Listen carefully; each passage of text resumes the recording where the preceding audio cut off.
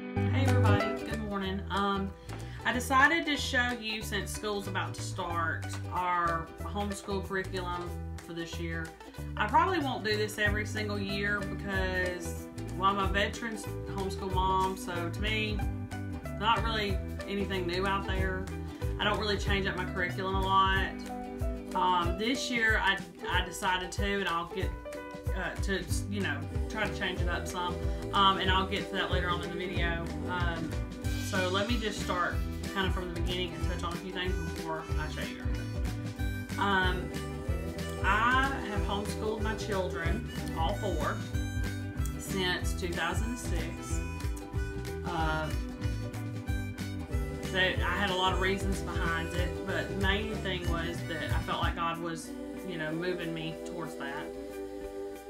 And looking at the current situation that we find our country in now, is probably a really good thing that I did obey his words and calling then. So I've already graduated 3 out of the 4 kids. I'm down to my last child, my baby. He's in 6th grade this year. We have always been an eclectic homeschool family. A little bit of this, a little bit of that. I do tend to stick to traditional, just traditional style schooling. That's what I was brought up on, and I think it's fine. My kids are very no-nonsense about, what they want to do, how they want to do it. Some kids they like to stay doing schoolwork all day, and the more creative they can get, the better. My kids are creative in other ways. They want to get their schoolwork done, and they're done. And they don't want to sit there all day long trying to create light books or any kind of little fancy animal journey, nature study type things. They're just not like that. They like to do those things on their own time, and they don't want it in their schoolwork. I learned early on that the idea that I had was not going to be exactly accepted by them, and that if I kind of, wanted to get the actual work done and accomplished, that we were going to have to kind of tailor it to them, not really my own needs and wants. So it took a few years, but they taught me. And they weren't rebellious about it. I'm just being silly, but they weren't being rebellious or anything. I just noticed that they weren't interested. They just weren't. They wanted to do their schoolwork and then go play. They didn't want any of the rest of it, which in the end saved us a lot of money because there was a lot less spending going on. So, a lot of people find it very hard to teach multiple grades at once, and I did too in the beginning, and then I started to see where, I had a newborn, and then I had a preschooler, and then I had an elementary age child, and I had to figure out something because it was making me crazy. I couldn't do separate curriculums, 3 at once or even 2 at once, and still have a newborn baby that I had to take care of. So I had to change some things. And I learned early on that, you got to do that, or you're not going to be sane through this whole process. Okay, so I'm not going to keep going off down that tangent. I'm just I need to do a separate video for that. That way I can explain more about how I tailored everything to our family, and maybe that'll help you to understand what I'm talking about a little bit better. But for now, we're just going to stick to what's changed for this year. About 10 or 11 years ago, I found out that I had fibromyalgia, and it took many years to come to that diagnosis. And now, we may even find out, sorry, the cat may be in the video. It took many years to come to that diagnosis, and now we're starting to learn that there may be some more problems that I've got.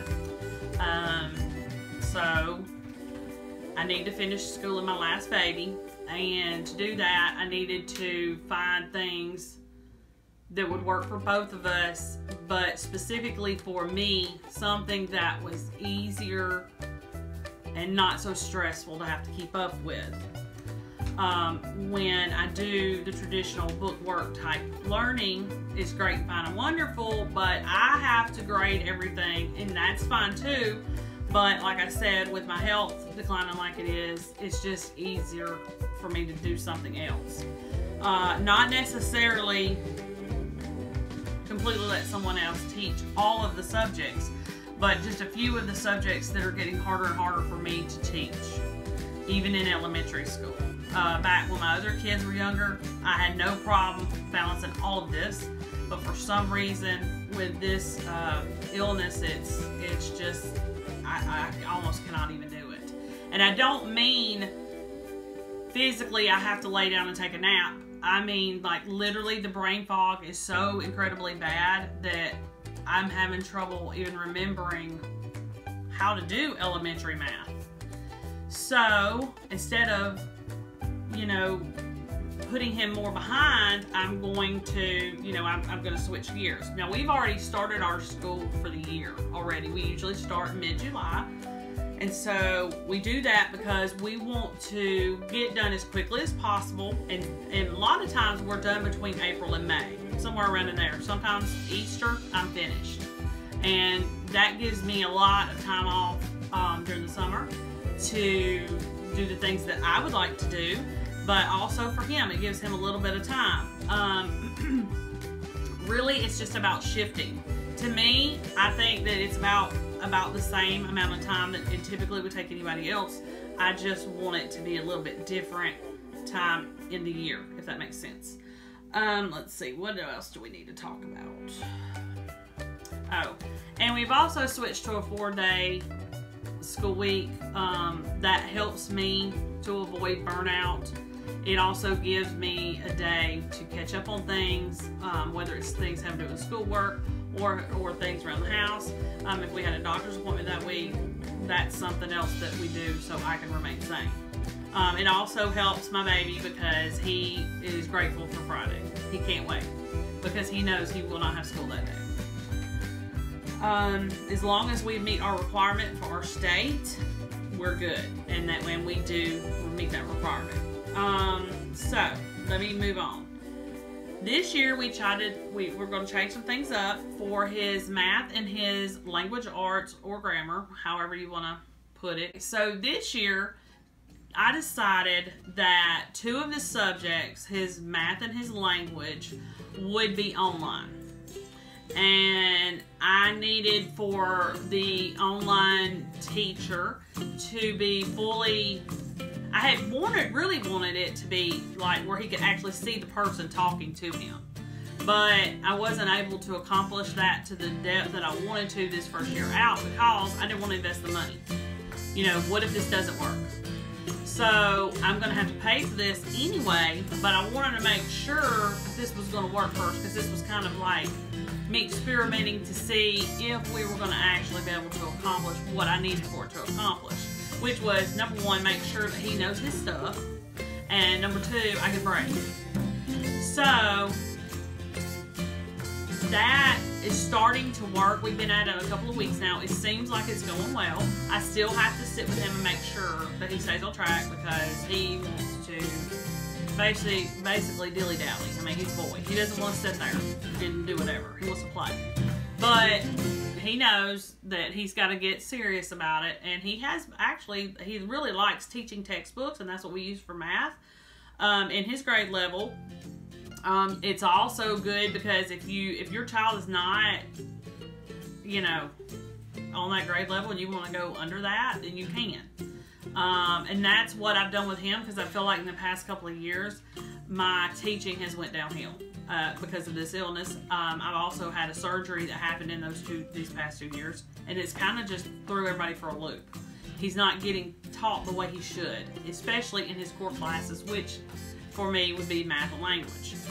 Those are things I need for him to stay at least on grade level with, so that's the whole point of doing what I'm doing now. It works out really, really good. He really, really likes it, which I was really surprised with. He's a really hard nut to crack. I mean, he's really not like his siblings. They do put up a little bit of an argument with things, but they eventually just cave and just do whatever mom says. Well, their baby brother's not like that. He's doing his own thing. He doesn't care what you do. He doesn't care what anybody else does, but he's doing what he wants to. Well, he really likes this, so that was a plus. Hopefully, it'll continue to work out, because if it does, we will use this until he graduates high school, probably. The other thing that we use, I'm not completely sold on this one. There's a lot of things on the website that I'm starting to see with with his language that I'm not really fond of. So I'm not sure if this is going to be a one for next year or not. It's called Grammar Flip. I'm not focused on his writing right now, and it does have a little bit of writing in it, besides the normal grammar rules and stuff that they're teaching. So I'm not sure if I'm going to continue with it. He's doing it, he's succeeding, but I'm not sure. He is more, he's not really good at math. None of my children are. That I've got one that's a little bit better than the rest, and then, but my baby, he is more geared towards words and English, writing, stuff like that. So he is passing it, he is doing well, but I'm not sure if we're going to continue with that one, because it seems very dry, and it's missing a lot of the things that I need for it to have. But it is teaching him right now, and it's worth, I think it was $60 for the year. So I can't remember. But it's working so far. Alright, so I didn't want to be completely absent during the whole schooling thing. I'm not ready for that yet. I feel like that's my purpose. That's what I'm here for. One of the things I'm here for. So this will be, last year I taught him more handwriting, cursive handwriting, and then this year I'm doing it one more time to make sure that he is learning the letters and how they're written in cursive, stuff like that. It's really important to me that he learns how to write in cursive. But after this year, this will be the end of it. This is just a random cursive writing handbook that I got off of Amazon. I can link it below. It just had everything in it that I needed, and I needed it to be longer than 30 pages, and it's like over 100. So not only does it teach him letters, but it also teaches words, and then it goes on and writes and does some little practice writing with sentences. So, like I said, if he needed extra help with that, which he did, the next year, I catch him up on the next year. He'll have 2 years or even 3. I've had to. Some of my kids, when I'm teaching them how to read, I've even had to add a 3rd year of phonics because they just weren't getting it. And he's had to do that. He was one of them. He's doing great. Everything's fine. So like I said, this year will be the last year for the handwriting. We love Abeka, which is another curriculum. We're not into the whole videos that go with it and stuff like that. Just the textbooks themselves. And then, when they have tests and, things like that that go with it. My kids really, in the beginning, absolutely adored Abeka Science. That was our first, go at Abeka, and from then on, we've added even their history. When I can, I'll add that in each year too. So I don't have the science book that he was supposed to use for this year, because he actually finished it last year. But this is what they look like.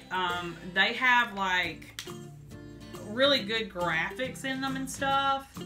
The pictures, the illustrations, the way they explain things.